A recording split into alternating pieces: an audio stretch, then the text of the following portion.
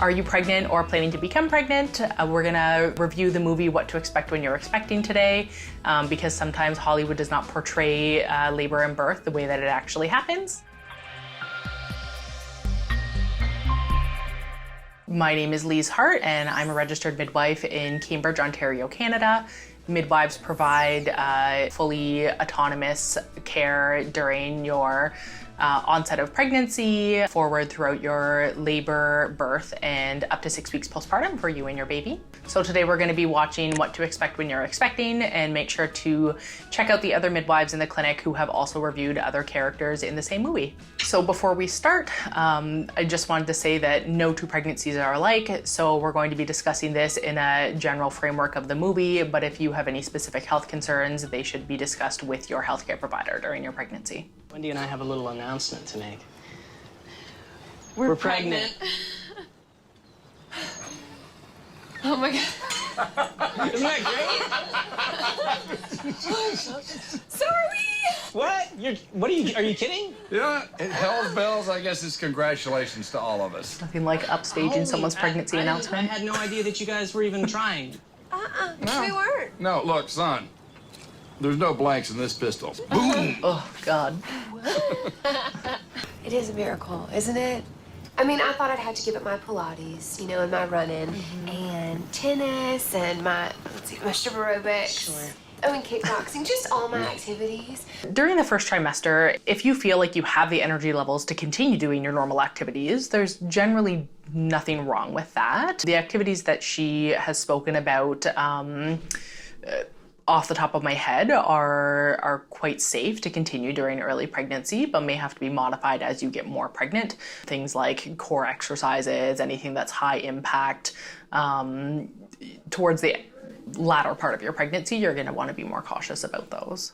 But it just turns out I have all this extra energy, you know? Oh, yeah. You know? Says no one during early pregnancy. Like, crazy horny. Okay. I mean, Okay. I even get a Most whiff people are of barfing. It's like I just have 2 pounds, you know? And I gotta give this old boy credit. I mean, he's still got that race car engine that can go Super awkward. you know. Hormones. What are you gonna do? During the first trimester, most people feel like they are exhausted. Fatigue is a very common symptom.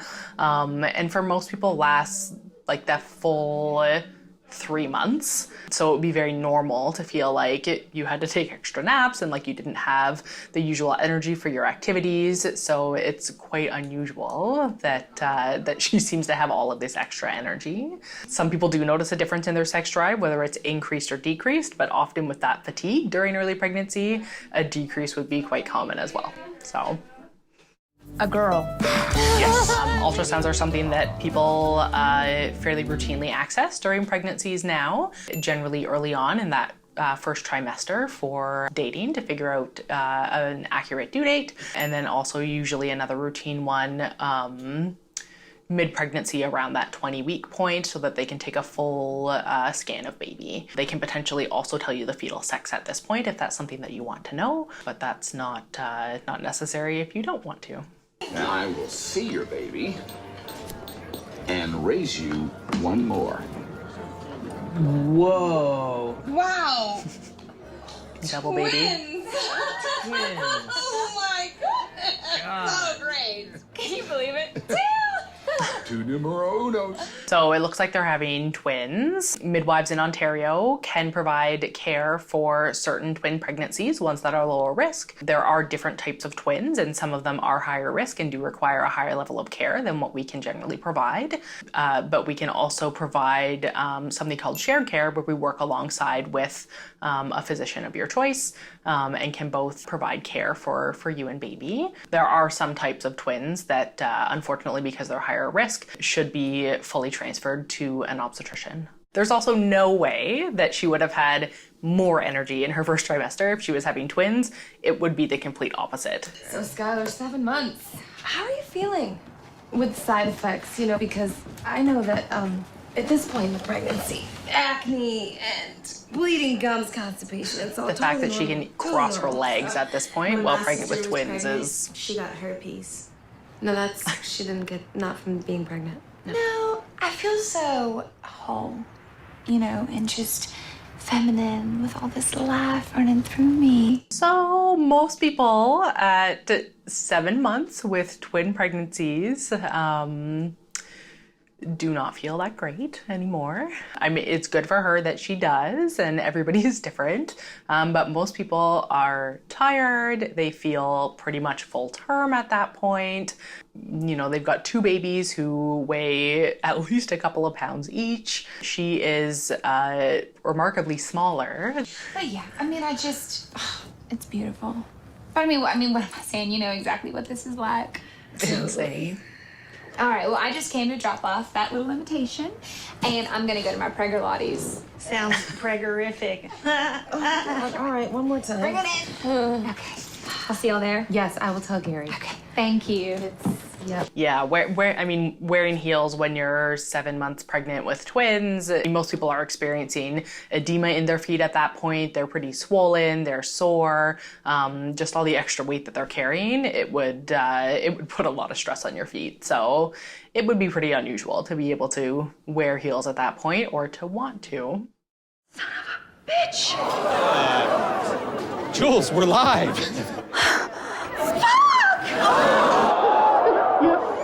Still live. Censors are gonna love that. We're experiencing. Oh, hey, that reminds me. How you doing there, Tater Tot? Break, and we'll be right back. Oh, contractions about 17 minutes apart, Ram Bam. Being on the exercise ball throughout your pregnancy as well as during your labor can be really helpful as a tool to bring the baby lower. It allows that squatting position that brings the baby's head nicely into your pelvis without actually putting that stress on your knees. It can also relieve lower back pain. The exercise ball is a great tool for labor as well, to be able to get into many different positions when you're fairly uncomfortable. So we recommend them for all of our clients, and we do actually have them in the hospital as well.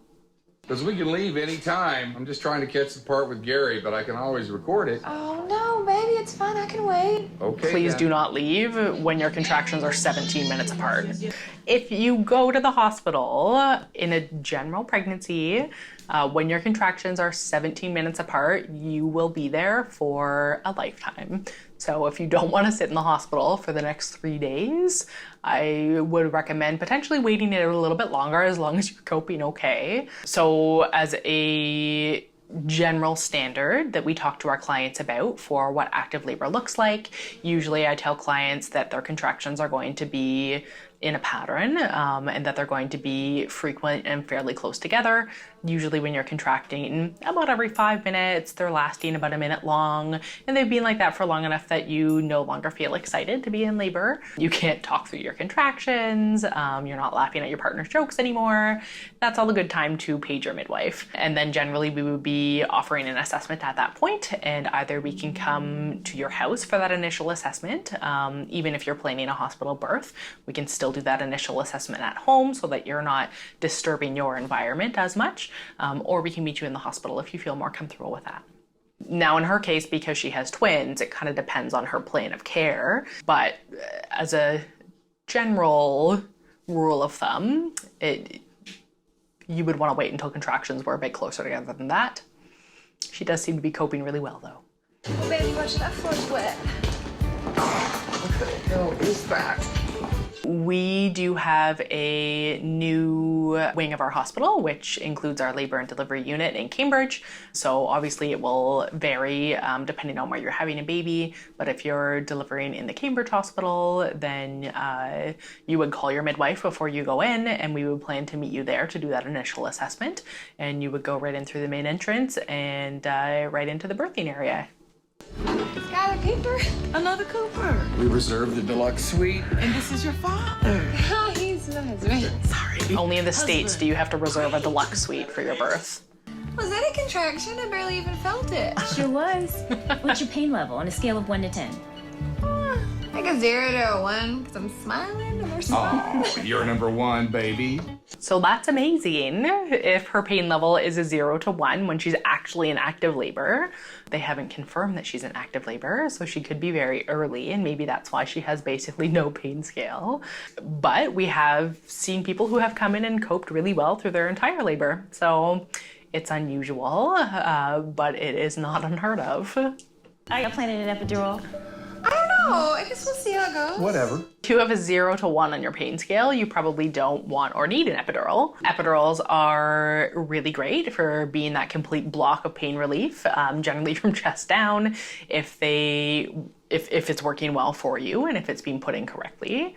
They can increase certain complications, but they can also help with other things. So there are advantages and disadvantages. At Cambridge Memorial Hospital, we're very lucky that midwives can monitor the epidurals now at this point. So it means that we don't have to transfer to another physician in order to monitor those. It is the anesthetist who is administering the epidural though. We do also have other forms of pain relief that are less invasive than an epidural if somebody doesn't want to start with that right away.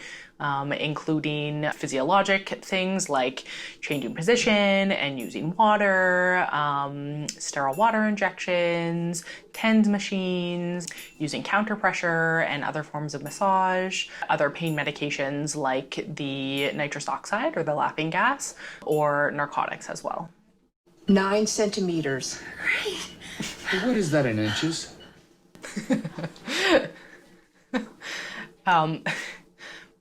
It's nice for labor progress to be explained to the client and to the partner before they're actually in labor so that they have an idea about what's going on and that they feel more involved. So vaginal exams can be performed at interval periods throughout your labor, depending on progress, depending on client consent, and depending on your birth plan.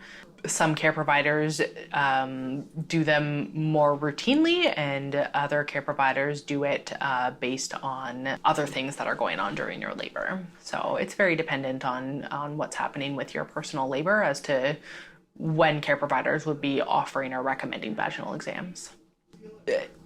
She's coping very well for being at 9 centimeters. That is amazing.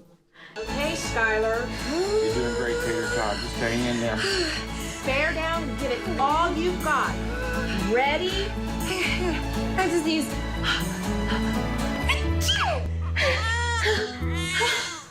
Wow, that's one baby out. One down, one to go. I've seen that happen with not first babies. Generally, it takes a lot more effort to push out a baby the first time. It would be considered very normal to take a whole 2-hour period to actually push out a baby for your first baby. And if somebody has an epidural, it can take up to 3 hours before that would be considered abnormal with active pushing efforts. She did not seem to have to put very much effort into that. I've never seen a baby being born after a sneeze particularly, but some people, once they've had a number of babies, do not have to push very hard to have a baby. Hi, sweetheart. So my initial impression from seeing that is that they didn't just put the baby skin to skin. And generally during our labor and deliveries, as long as the baby is well and the mom consents to it, it's really beneficial to immediately place the baby skin to skin with mom, partially for bonding, partially to increase the successfulness of breastfeeding, but it also helps establish normal gut flora and help with temperature regulation, as well as leaving that cord intact until it stops pulsing for that delayed cord clamping, which can be very beneficial by giving the baby extra red blood cells and oxygen. So it doesn't appear like both of those things happen there, which is unfortunate. Way to go, Tater Tot. Her hair is very nice.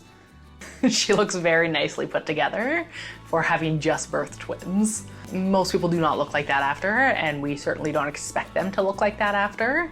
Just like when we do our postpartum home visits, we do not expect clean houses or people wearing anything more than pajamas, and often people are wearing less than that.